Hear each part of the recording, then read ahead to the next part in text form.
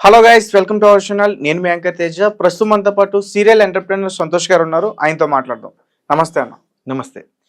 అయితే కల్కి movie release అయ్యి చాలా చాలా బాగా హిట్ కొట్టింది. సో దీనికి సంబంధించి రీసెంట్గా ఒక వార్త వెలుగులోకి వచ్చింది. అంటే హిందూ ధర్మాన్ని తప్పుదోవ పట్టించేటట్టుగా ఈ సినిమాని చిత్రీకరించారు. ముఖ్యంగా ఇందులో ప్రధాన పాత్ర పోషించిన ఎవరైతే ఉన్నారో ప్రభాస్, అలాగే అమితాబ్ బచ్చన్, వాళ్ళిద్దరి మీద కూడా కేసులు పెట్టారంటూ కూడా ఒక వార్త వచ్చింది. సో దానికి సంబంధించి సో ఈ వార్తలో నిజం ఉంది. లైక్ ఏంటి అని అంటే కల్కి ధామ్ టెంపుల్ వాళ్ళ దగ్గర నుంచి ఈ ఏదైతే లీగల్ నోటీసులు వీళ్ళకి అమితాబ్ బచ్చన్ గారికి అదేవిధంగా ప్రభాస్ గారికి వచ్చింది అనేది మనకు న్యూస్లో తెలుస్తూ ఉంది. అయితే వాళ్ళు ఏం చెప్తున్నారు అని అంటే గ్రంథాలకు అనుగుణంగా తీయలేదు. గ్రంథాల్లో ఏం చెప్పారో అది కాకుండా ఏంటి అని అంటే కల్కి గ్రంథాల ప్రకారం ఏంటి అంటే మన ఇతిహాసాల ప్రకారం కల్కి ఈ టైంలో ఈ పర్టికులర్ ఫ్యామిలీలో ఈ పర్టికులర్ వ్యక్తికి పుడతాడు అని చెప్పేసి గ్రంథాల్లో ఉంది. అది మనం ఎప్పుడైనా తర్వాత మాట్లాడుకోవచ్చు. సో అలా కాకుండా ఈ సినిమాలో మనకి ఏంటంటే దీపికా పదుకొనే ల్యాబ్ లో కల్కిని ఆమె ఏది గర్భంలోకి ప్రవేశింపజేస్తారు అనేది ఒక రకంగా ల్యాబ్ లో క్రియేట్ చేస్తారు అనే దాన్ని చిత్రీకరించారు. అది తప్పు అనే విషయాన్ని వాళ్ళు మాట్లాడుతున్నారు. కల్కిదాం వాళ్ళు మాట్లాడడంలో తప్పు లేదు, కానీ ఒక రకంగా అదంతా కూడా సస్పెన్స్ కదా. పార్ట్ 2 లో అసలు అది కానీ సస్పెన్స్ అనేది ఏం లేదు, అది క్లియర్ గా ఉంది. ఏంటి ఖచ్చితంగా ల్యాబ్ లోనే క్రియేట్ చేయబడింది అనేది ఉంది. అయితే గ్రంథాల ప్రకారం ఏంటి అంటే పలానా వ్యక్తికి పుడతాడు ఏది కల్కి అనేది రాస్తుంది.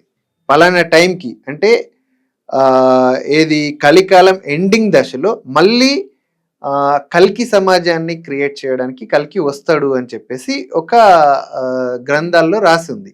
సో దాని ప్రకారం చేయకుండా మీరు ఇంకో రకంగా చూపించే ప్రయత్నం చేశారు అనేది వాళ్ళు పెడుతున్న వాదన. అయితే సినిమా గురించి మాట్లాడాల్సి వస్తే మనం ఇప్పటిదాకైతే మాట్లాడుకోలేదు, కానీ సినిమా గురించి మాట్లాడుకోవాల్సి వస్తే ఏంటి అని అంటే డైరెక్టర్ నాగ్ అశ్విన్ చాలా క్లియర్ గా ఆయన విజన్ కానీ ఆయన మిషన్ కానీ చాలా క్లియర్ గా ఉంది. ఆయన 3వ సినిమా అయినా కూడా ఆయన సినిమా హ్యాండిల్ చేసిన విధానం, అదే విధంగా చాలా హై క్రూ లైక్ ఏంటంటే అమితాబ్ బచ్చన్ గారు కానీ, కమల్ హాసన్ గారు కానీ, దీపికా పదుకొనే, ప్రభాస్, శోభన గారు, ఇలా పెద్ద పెద్ద యాక్టర్స్ ని ఆయన హ్యాండిల్ చేసిన విధానం, ఆయన వాడుకున్న విధానం సినిమా కోసం, అదే విధంగా సినిమాలో విజువల్స్, అదే విధంగా ఇది ఏది మన ఇతిహాసాల నుంచి కొంత సారాంశాన్ని తీసుకొని ఆయన ఊహలకు అనుగుణంగా ఒకవేళ కల్కి వస్తే ఎలా ఉంటది, కల్కి ఈ విధంగా వస్తే ఎలా ఉంటది అని ఒక ఫిక్షన్ ని ఆయన మనకు చూపించే ప్రయత్నం చేశాడు. కానీ ఆ ఫిక్షన్స్ వేరే చాలా ఫిక్షన్స్ వచ్చినా కూడా చాలా ఫిక్షన్స్ లో మనకి ఏంటంటే హ్యూజ్ క్రైమ్ ఉంటుంది, హ్యూజ్ వల్గారిటీ ఉంటుంది. అవన్నీ ఏది లేకుండా ఆయన చాలా డీసెంట్ అంటే చిన్న పిల్లలతో ఎంటైర్ ఫ్యామిలీ చూడగలిగే సినిమాని ఆయన మనకు అందించాడు. Even his third movie still he has handle it a well.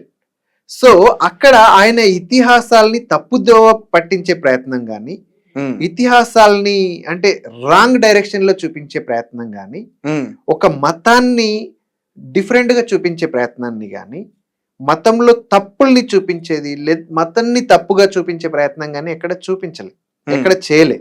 ఆయన ఏంటి అంటే కేవలం అందులో సారాంశాన్ని తీసుకొని కల్కి వస్తాడు అనేది మన ఇతిహాసాల్లో ఉంది.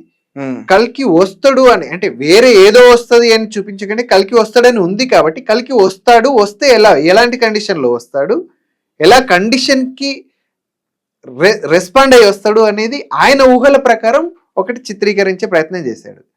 కల్కి అని కాకుండా వేరే పేరు పెట్టి అదే చేసి ఉండొచ్చు, కానీ అలా ఎందుకు తీసుకొచ్చాడు అంటే కల్కి వస్తాడు అని మన ఇతిహాసాల్లో ఉంది, దాన్ని ఆయన ఊహల్లో కొంత రూపకల్పన చేశాడు. సో ఇలాంటి కండిషన్ వస్తే ఆయన వస్తాడా అనే దాని గురించి ఆయన ఒక ఊహ చేసుకున్నాడు. అయితే ఇప్పుడున్న సమాజం ప్రకారం ఇప్పుడు ఆల్రెడీ ఏంటి అంటే ఈ ఐవీఎఫ్ వ్యవస్థలు కానీ ల్యాబుల్లో పిల్లల్ని కనే వ్యవస్థ ఆల్రెడీ నడుస్తా ఉంది కాబట్టి ఇది కొన్ని సంవత్సరాల తర్వాత అంటే కలికాలం ఎండింగ్ లో అప్పుడు ఎలా ఉంటుందో తెలియదు. ఇలా ఉండొచ్చు అంటే కల్కి వస్తే అప్పుడు నార్మల్ డెలివరీ వచ్చే అవకాశం లేదు. డెఫినెట్లీ ల్యాబ్ ప్రెగ్నెన్సీసే ఉండే అవకాశాలు ఎక్కువ ఉన్నాయి. సో అలా ఉంటుందేమో అని ఒక ఊహ, ఆయనకు వచ్చిన ఊహని అక్కడ ఒక చిత్ర రూపకల్పన చేశాడే గాని ఈ ఇతిహాసాల్ని పట్టించే ప్రయత్నం ఆయన ఎక్కడ చేయలే. అదొక ఫిక్షన్. ఆ ఫిక్షన్ ని మనం ఫిక్షన్ లాగే చూద్దాం. అదే విధంగా రీసెంట్ గా ఆయనది ఒక పోస్ట్ చూశాను నేను. లైక్ ఏంటి అని అంటే ఒక 1000 crores ఫిల్మ్ కోసం ఆయన ఏంటి అని అంటే ఈ అబ్యూజ్మెంట్, సెక్సువల్ అబ్యూజ్మెంట్స్ కానీ, లేదంటే వల్గారిటీ కానీ, లేదంటే క్రైమ్ కానీ, ఈ ఓవర్ ఫైట్స్, రక్తపాతము, ఇదంతా ఏమీ లేకుండా ఆయన చాలా డీసెంట్ గా చేసి ఏం చేశాడు, ఒక పెద్ద 1000 crores ఆఫ్ బిజినెస్ చేయగలిగాడు. ఈవెన్ నేను పర్సనల్ గా ఆ పోస్ట్ ని లింక్డ్ఇన్ లో నా ప్రొఫెషనల్ నెట్వర్క్ లో పోస్ట్ చేశాను. అంటే మనం ఒకటి చేయాలి అనుకున్నప్పుడు అక్కడ ట్రెండ్ ఏముంది అనేది కాదు, మనం ఏం ఆలోచిస్తున్నాం అనేది మాత్రమే మ్యాటర్ చేస్తుంది. నువ్వు బిజినెస్ చేయాలి అనుకున్నప్పుడు అక్కడ ట్రెండ్ ఉంది, క్రైమ్ ని పెట్టాలి, అక్కడ వల్గారిటీ ఉంది, వల్గారిటీ పెట్టాలి, అక్కడ న్యూడిటీ ఉంది, న్యూడిటీ పెట్టాలి, అక్కడ రక్తపాతం ఉంది, రక్తపాతం పెట్టాలి. ఇదే స్టోరీ రామ్ గోపాల్ వర్మ గారికి ఇచ్చి చూడండి, ఇప్పుడు మనం మాట్లాడుకునే అన్ని అక్కడ ఉంటాయి, 1000 crores వస్తుంది. ఓకే. కానీ ఈయన ఆ ట్రెండ్ ఉన్నా కూడా ట్రెండ్కి భిన్నంగా ఆయన ఆలోచన విధానాన్ని మనం ఖచ్చితంగా అప్రిషియేట్ చేయాలి. ఇప్పుడు అలాంటి అంటే 1000 crores మూవీ చేయాలి అని అంటే డెఫినెట్లీ ఇవన్నీ అవసరం. అవన్నీ నమ్ముతూ ఉన్నారు, ఎంటైర్ సినిమా వరల్డ్ దాన్ని నమ్ముతున్నారు, ఈవెన్ ప్రేక్షకులు కూడా వాటిని ఆదరిస్తా ఉన్నారు. కానీ అందుకు భిన్నంగా చేసిన ఆయన సక్సెస్ అయ్యాడు, ఈవెన్ ప్రేక్షకులు కూడా ఆదరించారు. అవును.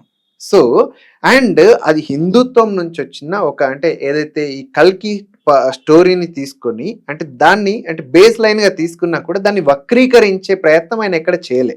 డివేట్ చేసే ప్రయత్నం, వక్రీకరించి దాని మీద ఓవర్ లీడ్ చేసే ప్రయత్నం ఎక్కడ చేయలే. ఆయన 100% ఫిక్షన్ అన్నాడు, ఫిక్షన్ లాగే చేశాడు. సో దానికి మన ఇతిహాసాల్లో ఉన్న క్యారెక్టర్స్ తోటి మనకంటే మనమంతా ఈ భారతదేశం హిందూ దేశం కాబట్టి ఇక్కడ ఉన్న క్యారెక్టర్స్ ని తీసుకొని వాటిని మనకు మళ్ళీ పరిచయం చేసే ప్రయత్నం చేశాడు. ఆయన ప్రయత్నం అయితే 100% అప్రిషియేట్ చేయాల్సిన ప్రయత్నం. అండ్ ఇంకోటి ఆయన సక్సెస్ అయ్యాడు. ఈవెన్ అందరూ, మనమే కాదు ప్రతి ఒక్కరు కూడా ఆయన ప్రయత్నాన్ని డెఫినెట్లీ అప్రిషియేట్ చేశారు. రైట్. అయితే మనం ఇక్కడ ఎక్కువ డైరెక్టర్ గురించి మాట్లాడుకుంటున్నాం, కానీ ఇక్కడ కేసులు పెట్టింది 2 స్టార్స్ మీద, ఒకటి అమితాబ్ బచ్చన్, ఇంకొకటి ప్రభాస్. ఓకే, ఇక్కడ ఏంటి అని అంటే మామూలు ప్రైవేట్ వ్యక్తులు ఎవరైనా పెట్టారు అని అంటే చాలా మంది పెడుతూ ఉంటారు. ఏంటి అని అంటే ఒక ఏంటి పాపులారిటీ కోసం. అయితే ఈ కల్కిధామ్ టెంపుల్ వాళ్ళు పాపులారిటీ కోసం చేయాల్సిన అవసరం లేదు. కాకపోతే ఏంటంటే వాళ్ళ లీగల్ అడ్వైజర్ ఓకే అక్కడ ఈ క్యారెక్టర్స్ వీళ్ళు చేశారు కాబట్టి వాళ్ళ మీద కూడా పెట్టి, ఈవెన్ డైరెక్టర్ మీద, ఎంటైర్ క్రూ మీద పెట్టిన అవకాశాలు ఉండుంటాయి. కానీ మనకేంటంటే వాళ్ళకి లీగల్ నోటీస్ వచ్చింది అని చెప్పేసి మనకు న్యూస్ లో కనబడతా ఉంది. అది ఏం జరిగింది అనేది మనకు తెలీదు. కాకపోతే ఏంటంటే కల్కిధామ్ వాళ్ళు పాపులారిటీ కోసం చేయాల్సినంత అవసరం అయితే ఉండకపోవచ్చు. అంటే దీన్ని అసలు ఎలా చూడొచ్చు అంటారు అంటే చాలా మంది కూడా ఈ సినిమాని అంత అద్భుతంగా చూశారు, ఆయన అద్భుతంగా చేశాడు. అయితే ఇంకొకటి అన్న, అంటే కర్ణుడి పాత్ర గురించి కూడా చాలా మంది కొన్ని ఇంటర్వ్యూలు చూసానన్న, కొన్ని వీడియోలు చూసాను నేను. అంటే కర్ణుడు అంత మంచివాడు కాదు, కర్ణుడిని హీరోలా చూపించారు అని చెప్పేసి వచ్చాయి. సో దాని మీద మీ ఒపీనియన్ అంటే మీకు ఎలా అనిపించింది అందులో కర్ణుడి పాత్రను చూస్తే? కర్ణుడి పాత్ర చూడాల్సి వస్తే కర్ణుడు నిజం చెప్పాలి అని అంటే అర్జునుడి కంటే బలవంతుడు, అది మన ఇతిహాసాలే చెప్తుంది కదా. అతని కవచ కుండలాల్ని ఇంద్రుడు మారువేషంలో వచ్చి అర్జునుడిని కాపాడడం కోసం ఈయన కవచ కుండలాల్ని అడుగుతాడు. అది తెలిసినా కూడా కర్ణుడు ఇచ్చేస్తాడు. కర్ణుడు ఇచ్చిన తర్వాత సో రీసెంట్ గా నేను ఒక ఇంటర్వ్యూ చూసాను, గరికపాటి గారి ఇంటర్వ్యూ. ఆయన వారి ఇంటర్వ్యూలో ఏం చెప్పారంటే కర్ణుడి గొప్పతనం గురించి చెప్తూ ఏమన్నాడు అంటే, ఇంద్రుడు ఈ కవచకుండల మోసపూరితంగా ఆయన కవచకుండలాలని అడిగినా కూడా ఈయన ఆ విషయం తెలిసి కూడా ఇచ్చేస్తాడు. ఇచ్చేసినప్పుడు ఆయన పక్కనున్న వ్యక్తి నిన్ను మోసం నువ్వు బుద్ధి లేని వాడివి, నిన్ను ఆయన మోసం చేస్తున్నా కూడా నువ్వు అలా ఇచ్చేసావేంటి అని చెప్పేసి ఆయన అడుగుతాడు కర్ణుడిని. అడిగినప్పుడు కర్ణుడు ఏం చెప్తాడు అంటే, ఆయన కుమారుణ్ణి రక్షించుకోవడం కోసం మారువేషంలో వచ్చి నా కవచకుండలాలని అడిగాడు అంటే ఆయన అక్కడ ఓడిపోయాడు. లిటరల్ గా. సో దానికోసం నేను ఎందుకు బాధపడను, నేను already logically I'm a winner. ఇంకా నేను బాధపడాల్సిన అవసరం ఏముంది? మోసంతో ఆయన మోసంతో గెలిచాడు, నేను మోసం చేయలేదు, నేను మోసం పోలేదు, దాన్ని నేను పట్టించుకోవాల్సిన అవసరం లేదు అని అన్నాడు.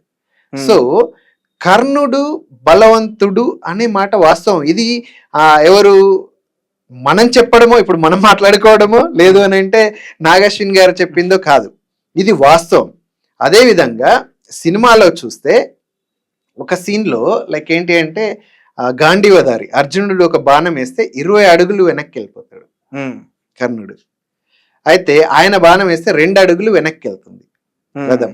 అప్పుడు అర్జునుడు అడుగుతాడు శ్రీకృష్ణుడితో, చూడు మనం వేస్తే 20 అడుగులు వెనక్కి వెళ్ళిను, మనం ఆయన వేస్తే 2 అడుగులే వెనక్కి వచ్చాము, ఆయన బలవంతుడు ఎలా అవుతాడు అని అంటే అప్పుడు కృష్ణుడు చెప్తాడు, ఈ సృష్టికర్త ఏదైతే ఉన్నాడో ఈ సూర్య భగవానుడు, నీ రథం ఇచ్చింది సూర్య భగవానుడు, దాన్ని నడిపిస్తుంది పైనున్న హనుమంతుడు, అతి బలశాలి.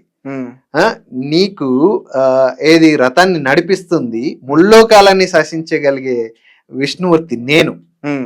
నీకు ఇన్ని బలాలు ఉన్నా కూడా 2 అడుగులు వెనక్కి వెళ్ళావు అంటే ఎంత బలశాలో నువ్వు ఆలోచించు అని చెప్పేసి ఆ సీన్ లో చెప్తాను. సో ఇక్కడ కర్ణుడిని ఎక్కువ చేసి అర్జునుడిని తక్కువ చేసి ఇది ఎక్కడ లేదు. అక్కడ ఏంటి అంటే కృష్ణ సారాంశం ఎప్పుడైనా కూడా ఏముంటుంది అని అంటే మనం ఒక మంచి చేయడం కోసం కొన్నిసార్లు మంచి కోసము, మంచిని గెలిపించడం కోసం కొన్నిసార్లు మంచిని కూడా మనం పక్కకు తోయాల్సి వస్తుంది. ఇప్పుడు కర్ణుడు మంచివాడే అయి ఉండొచ్చు, బలవంతుడే అయి ఉండొచ్చు, కానీ కౌరవుల వైపు ఉన్నాడు కాబట్టి అతన్ని మనం ఇగ్నోర్ చేయాల్సింది తప్పదు. ఇది నాట్ ఓన్లీ ఏది మన భగవద్గీతలోనే కాదు, ఈవెన్ రామాయణంలో కూడా వాలి విషయంలోనే అదే జరుగుతుంది. సో దేవుడు ఏం చెప్తాడు అని అంటే నువ్వు మంచి చేయడం, ఒక 10 మందికి మంచి చేయడం కోసం చెడ్డవాడి పక్కన మంచివాడు ఉంటే మంచివాడు కాడాడు, చెడ్డవాడే అవుతాడు అని భగవంతుడు చెప్తున్నాడు. సో ఇక్కడ మనం కర్ణుడిని గొప్పవాడు, అర్జునుడు తక్కువవాడు, అర్జునుడు గొప్పవాడు, కర్ణుడు తక్కువవాడు, ఇట్లా మనం ఎక్కడ మనం చెప్పే ప్రయత్నం చేయాల్సిన అవసరం లేదు. ఆయన కూడా ఆ ప్రయత్నం చేయలేదు. ఇన్ఫాక్ట్ దాన్ని అంటే ఇతిహాసంలో ఉన్నది ఉన్నట్టుగానే ఆయన చెప్పే ప్రయత్నం చేశాడు. కాకపోతే ఎవరికి తెలీదు అసలు కర్ణుడి దగ్గర అంత పెద్ద ఆయుధం ఉంది, ఆయన మళ్ళీ వస్తాడు అని చెప్పేసి. ఇందులో అదొకటి కొత్తగా ట్విస్ట్ పెట్టాడు అక్కడ ఏంటి అని అంటే ఎవరైనా ఏమనుకుంటారు అని అంటే అక్కడ అర్జునుడే వస్తాడేమో అని, ప్రభాస్ అర్జునుడుగా ఉంటాడేమో అని అనుకుంటారు అందరు. కానీ ఓకే అన్న, thank you so much. Thank you.